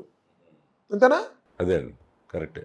ఇప్పుడు తర్వాత అంటే ఇప్పుడు మీ ఇష్యూ జరిగిపోయిన తర్వాత అనేక మంది కాపు నాయకులు రాష్ట్ర వ్యాప్తంగా, మొన్న మీరు అక్కడ జైల్లో ఉన్నప్పుడే గుడివాడ అమ్మన్నారు, వాళ్ళందరూ 100 కార్లతో వచ్చారు, తోట త్రిమూర్తులు గారు వచ్చాడు, మంచి అన్ని పార్టీలుగా రహితంగా వస్తున్నారు కదా, మీరు హ్యాపీ ఫీల్ అవుతున్నారు, వీళ్ళందరూ రాబట్టి వస్తారనుకున్నారు వాళ్ళు మీరు? అంటే వస్తారనుకుంటే ఈ సంఘటన అసలు జరిగిద్దని అనుకోలే. జైలు నుంచి వచ్చిన తర్వాత సపోర్ట్ చాలా మంది బాధపడుతున్నారు, మోరల్గా నాకు సపోర్ట్ చేస్తున్నారు. ఇంకోటి కూడా చెప్తున్నా, డైరెక్ట్గా వచ్చి మాట్లాడుతున్నారు. డైరెక్ట్గా రావటానికి వీల్లేని వాళ్ళు ఫోన్లు చేసి చెప్తున్నారు, రాంబాబు గారు మేమందరం హట్ అవుతున్నాం, మేమందరం బాధపడుతున్నాం, మేము వచ్చి మీకు మిమ్మల్ని పలకరించలేని పరిస్థితిలో ఉన్నాం, మేము తెలుగుదేశంలో ఉన్నాం, మేము జనసేనలో ఉన్నాం, కాబట్టి మిమ్మల్ని డైరెక్ట్గా వచ్చి కలుసుకోలేకపోతున్నాం, కానీ జరిగింది మాత్రం అన్యాయం. 7 గంటల సేపు మీ ఇంటికాడ ధ్వజం ఎత్తి చేస్తే పోలీసులు నిర్వీర్యమై ఉండడం అనేది చాలా బాధ కలిగించింది. కానీ ప్రస్తుతం మేము బహిరంగ మాట్లాడలేమని చెప్పిన వాళ్ళు బోల్డంతమంది ఉన్నారు, జనసేన వాళ్ళు, తెలుగుదేశం వాళ్ళు. దిస్ ఫ్యాక్ట్ ఇది. ఇప్పుడు చాలామంది అంటే ఇప్పుడు ఆ రోజు జగన్ గారు వచ్చి మిమ్మల్ని కాపు టైర్గా ప్రకటించిన వెనకాల కాపుల ఓట్లన్నీ లాక్కొని నెక్స్ట్ వైసీపీ గెలవడానికి అవకాశంగా ఆయన కావాలని మిమ్మల్ని ప్రొజెక్ట్ చేస్తానంటారు, మీరేమంటారు? నేను కావాలని ప్రొజెక్ట్ చేయడం ఏంటండి? నేను ఇవాళ తోడినా నన్ను ప్రొజెక్ట్ చేయడానికి రాజశేఖర రెడ్డి గారితో పాటు ఉన్నవాడిని. చిరంజీవి గారు పార్టీ పెట్టినప్పుడు కూడా చిరంజీవి గారి దగ్గరికి వెళ్ళని వాడిని. జగన్మోహన్ రెడ్డి గారు పార్టీ పెట్టిన తర్వాత, రాజశేఖర రెడ్డి గారు చనిపోయిన తర్వాత ఫాలో అయిన వాడిని. ఇంకా నన్ను కొత్తగా ఆయన హైలైట్ చేసేది ఏంటి? ఒక క్రిటికల్ జంక్షన్లో నన్ను లోపల పెట్టుంటే నా కుటుంబానికి ధైర్యం ఇవ్వటం కోసం రాంబాబు అన్న పులిలాగా పోరాడతాడు అన్నాడు. కాపు టైగర్ బిరుదిచ్చాడు మీకు. ఇప్పుడు నేను టైగర్గా బిరుదిచ్చాడు, మీరేమనుకుంటున్నారో చెప్పండి, ఆయన బిరుదు కరెక్ట్ కదా? నాకు టైగర్ లాగానే పోరాడతాను. అవునండి, ఇప్పుడు కాపుల ఓట్లు లాక్కోవాలి అవకాశం దొరికింది పవన్ కళ్యాణ్ దగ్గర నుంచి అనే ఉద్దేశం అయ్యుండొచ్చుగా. అవన్నీ ఆపాదించేవాళ్ళు, కానీ నాకు ఆయన నా కుటుంబాన్ని పలకరించడం కానీ, నాకు సపోర్ట్ చేయటం కానీ, నన్ను టైగర్ అంటాం కానీ, దీనిలో వాస్తవం ఉందా లేదా, సమంజసమా కాదా, అంతే. దానివల్ల ఆటలు వస్తాయా రావా, దట్ ఇస్ డిఫరెంట్ మ్యాటర్. తర్వాత ముఖ్యంగా మీ దాడి జరిగిన తర్వాత ఒక స్టేట్మెంటు, ఎమ్మెల్యే ఒక ప్రెస్ మీట్ పెట్టి మరి ఎవరన్నా ఇక్కడ పరామర్శించడం వచ్చేవాడు కూడా మీ ఆస్తులు అమ్ముకోవాలని వార్నింగ్ ఇచ్చింది. ఎందుకు అందంటారు అట్లా దాని మీద మీకు గల్లా అరుణ గల్లా మాధవ్ ఆ అమ్మాయి అబ్బాయి చెప్పింది. ఇన్ఎక్స్పీరియన్స్డ్, ఆ అబ్బాయికి ఏం తెలియదు. ఉమ్. ఏంటి పరామర్శించడానికి వచ్చే వాళ్ళు కూడా ఆస్తులు అమ్ముకోవాలి. పిచ్చి పిచ్చి పిచ్చి మాటలు మాట్లాడుతుంటే వీ డోంట్ కేర్ దెమ్. తర్వాత ముఖ్యంగా నడిపించేవాడు వేరు, నడిపించేవాడు లోకేష్. వీళ్ళదే ఉంది, um. They are all small people నా లెక్క. ఇప్పుడు కొత్తగా అందరూ అనుకుంటుంది ఏంటంటే సార్ మీ మీద కేసులు అయితేనే జైలుకి వెళ్ళారు, మీ కుటుంబం నుంచి మీ వారసురాలుగా మౌనిక తయారైంది, బ్రహ్మాండంగా మాట్లాడుతుంది. ఎస్, నేను కూడా ఎక్స్పెక్ట్ చేయలేదు. ఆ, నేను లేని తరుణంలో ఉమ్. నా వాయిస్ నా కూతురు వినిపించింది. అంటే సేమ్ అమ్మటి రాంబాబు లాగా దిగిపోయి ఆ వాయిస్ కానీ ధైర్యం కానీ నేను ట్రైనింగ్ ఇచ్చారంటే ఎప్పుడు ఊహించలా, ఎప్పుడో మీరు ట్రైనింగ్ ఇచ్చారా? ఎప్పుడు ట్రైనింగ్ ఇవ్వాల, ఆటోమేటిక్గా వచ్చింది. ఆటోమేటిక్ అది. మా ఈ అమ్మాయి అంతే, మా అమెరికాలో ఉన్న అమ్మాయి కూడా ఒక వీడియో పెట్టింది, మీరు చూసారు లేదు? చూశాను. సో వీళ్ళిద్దరూ వాళ్ళు తండ్రికి మీద అన్యాయం జరుగుతున్నప్పుడు, ఇంటి మీద దాడి జరుగుతున్నప్పుడు వచ్చిన ఫైర్ అది. ఉమ్. అందువల్ల అలా వచ్చారు, ఎప్రిషియేషన్ పొందారు. నేను లేని సమయంలో నేను లేని లోటుని మీడియాకి, సమాజానికి వాళ్ళు లేని లోటుని తీర్చారు. ఇప్పుడు మీ రాజకీయ వారసులుగా మౌనిక నన్ను అందరూ అంటున్నారు, మీరు దాన్ని ఏమంటారు? ఇప్పుడు వారసులు కాదు, ఈ సమయం కాదు. నేను చెప్తున్నాను, నేను ఇంకా యంగ్స్టర్ లాగా ఫీల్ అయ్యే మనిషిని. అప్పుడే నా వారసత్వాన్ని ప్రకటించవలసిన అవసరం లేదు, సమయం వచ్చినప్పుడు ఆలోచిస్తాం. అది తర్వాత అండి మొన్న మీరు ఈ మధ్య అసలు మీ మీద దాడి చేయడం ప్రధాన కారణం ఇవన్నీ కాదు కానీ మొన్న మీరు సంక్రాంతి పాట ఏంటి అసలు మీకు ఆ ధైర్యం ఏంటి అంత ఘోరంగా చంద్రబాబు అయిపోతున్నావు చెబుతున్నావు నువ్వు వచ్చేది జగనే అని ఆ పాట డ్యాన్స్లు ఏంటి అసలు రెచ్చగొట్టమా లేకపోతే మీ ఆయన రెచ్చగొట్టడం ఏంటండి? అది రెచ్చగొట్టడం ఏంటి? ఎవడన్నా అసలు ఈ టైంలో గజగజ వణిగిపోతున్న సమయంలో ఆ పాట డ్యాన్స్ చేయడంతో రెచ్చగొట్టిన ఆల్ పొలిటికల్ సెటైర్స్, పొలిటికల్ సందేశాలు, పాట ద్వారా పొలిటికల్ సందేశాలను చాలా చక్కగా ఇవ్వవచ్చునని నా అభిప్రాయం. ఇంతకు ముందు కూడా డ్యాన్స్ వేసేది, కొత్త కాదు. ప్రతి సంక్రాంతికి వేస్తాను. మొన్న డ్యాన్స్ వేసింది ఇంకా బాగా ప్రజల్లోకి వెళ్ళింది. మీరు అన్నారే అందరూ భయపడుతున్న రోజుల్లో, అవును, అందరూ ప్రభుత్వాన్ని క్రిటిసైజ్ చేయడానికి గోవిందా గోవిందా ఈ కూటమి పని అయిపోయిందా అని చెప్పా. అదే అన్న చెబుతున్నాడు ఈ రాంబాబు, వింటున్నావా చంద్రబాబు అని చెప్పా. నీ రెడ్ బుక్ నా కుక్క కూడా లెక్క చేయదని చెప్పా. పాట రూపంలో నా పొలిటికల్ డైలాగులు చెప్పాను, బ్రహ్మాండంగా జనంలోకి వెళ్ళింది. అది కూడా ఉందేమో వాళ్ళ కక్ష, అదే ఉండొచ్చు. ఇప్పుడు ఉండొచ్చు. అది మీరు చాలా సింపుల్, మీరు అన్నమాట ఎవడైనా 100 మంది వచ్చి కొడుతుంటే ఎంత పనికిరాడని తిడతాడు, ఒక మాట వస్తుంది. వాళ్ళు చేసిన తప్పులు, ఆ తప్పులని ప్రజలు గమనిస్తున్నారు. అవి తప్పులని నా కులం కూడా గమనిస్తుంది. రాంబాబు అనాథ కాదు అని చెబుతున్న నా కులం వచ్చి నన్ను పలకరిస్తున్నారు. తోట త్రిమూర్తులు కానీ, ఆమంచి కృష్ణమోహన్, మీరు కానీ, ఎవరైనా సరే కులంకు సంబంధించి ముద్రగడ పద్మనాభం గారు వస్తున్నారా? 23 వస్తున్నాడు, నా జైల్లో కూడా పడిచాడు. దాసర్ రాము కానీ, రాము నిన్నంత ఇక్కడే ఉన్నాడు కదా, నిన్నంత ఇక్కడ ఉన్నాడు. వీళ్ళందరూ ఏంటి? వీళ్ళందరూ కులానికి పరిమితమైన వాళ్ళు. నిజానికి దాసన్ రాము పొలిటీషియన్ కాదు, కమ్యూనల్ బేస్డ్ గా ఉండే మనిషి. కృష్ణమోహన్ కూడా కమ్యూనిటీ, ఆయన కాంగ్రెస్ పార్టీలో ఉన్నాడు. సరే, ఇప్పుడు మేము పేర్లు చెప్పకూడదు, లోకేష్ గారు పక్కన తిరిగి వాళ్ళు కూడా వచ్చి మిమ్మల్ని వచ్చి కలిశారు. అంటే వాళ్ళు ఫీల్ అవుతున్నారు. నేను ఇది ఎక్స్పెక్ట్ చేయలేదు. మా రాంబాబుని ఈ రకంగా మీరు చేస్తారని రగులుతున్నారు వాళ్ళు. ఏదైనా ప్రతి ఒక్క కాబు హృదయంలో మీరు ఉన్నారని నమ్ముతున్నారు అన్నాడు. నాకు అర్థమవుతుంది ఇప్పుడు. అదే నాకు ఎవరికి ఏది బలం అనేది భగవంతుడు నిర్ణయిస్తాడు. వాళ్ళకి వాళ్ళ కులం బలం అయితే నాకు నా కులం కూడా బలం అవుతుందనేటువంటి విశ్వాసం నాకు రోజు రోజుకి పెరుగుతుంది. జనరల్గా ఏంటంటే ఎవరన్నా ఈ సంఘటన జరిగే తర్వాత జైలు నుంచి వచ్చిన తర్వాత బాధపడతా కనబడతారు. మీరేంటి చాలా యాక్టివ్గా హుషారుగా నవ్వుతున్నారు ఏంటి అసలు? అంటే తెలుగుదేశం ఏది ఎక్స్పెక్ట్ చేసిందో, చంద్రబాబు ఏది ఎక్స్పెక్ట్ చేశాడో, లోకేష్ ఏది ఎక్స్పెక్ట్ చేశాడో, లేదు పెమ్మసాని ఏది ఎక్స్పెక్ట్ చేశాడో దానికి భిన్నంగా ఉండాలనేది నా మనో సంకల్పం. అంటే అంబటరాముడు కేసు పెడితే ఇటు జైల్లో పడిపోతే దేవుడు రావుడు ఏడుస్తాడేమో అనుకున్నారు. అట్టా ఏడవడు అని చెప్పడం కూడా నా ఉద్దేశం. నా మనో సంకల్పం అలా ఉంది. మీరు ఏది అనుకుంటున్నారో, నన్ను జైల్లో పెట్టి ఏం చేయాలనుకుంటున్నారో దానికి భిన్నంగా ఉంటానని చెప్పడమే నా ఉద్దేశం. ఆ రకంగా నా మైండ్ సెట్ని మార్చుకున్నాను.